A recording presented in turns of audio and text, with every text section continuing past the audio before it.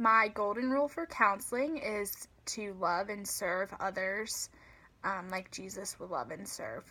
I try to strive and live this out every single day, and I think it would go a long way in the helping profession as a professional counselor. The Bible verse I found demonstrating social justice is from the book of Zechariah. In chapter 7, verses 9 through 10, it says, "This is what the Lord Almighty said, administer true justice, show mercy and compassion to one another. Do not oppress the widow or the fatherless, the foreigner or the poor. Do not plot evil against each other."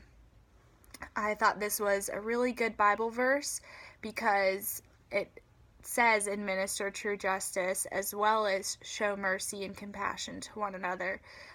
So it gives you a perfect, clear-cut answer to how to treat others. And then it goes on in verse 10 to list the specific people that were kind of targeted and oppressed during the time that this was written. The widow, the orphan, the foreigner, or the poor. So speaking in times that this was written, it highlights that you should show compassion and mercy and true justice to all these people no matter what.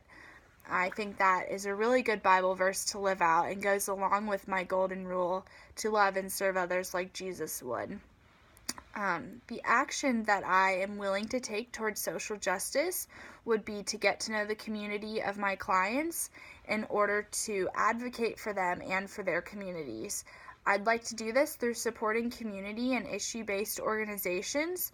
It's one thing to advocate for your client, but it's another thing to actually be a part of the organization, kind of be on the front lines and be an advocate for change and actually be able to deliver social change for undeserved or oppressed or marginalized people.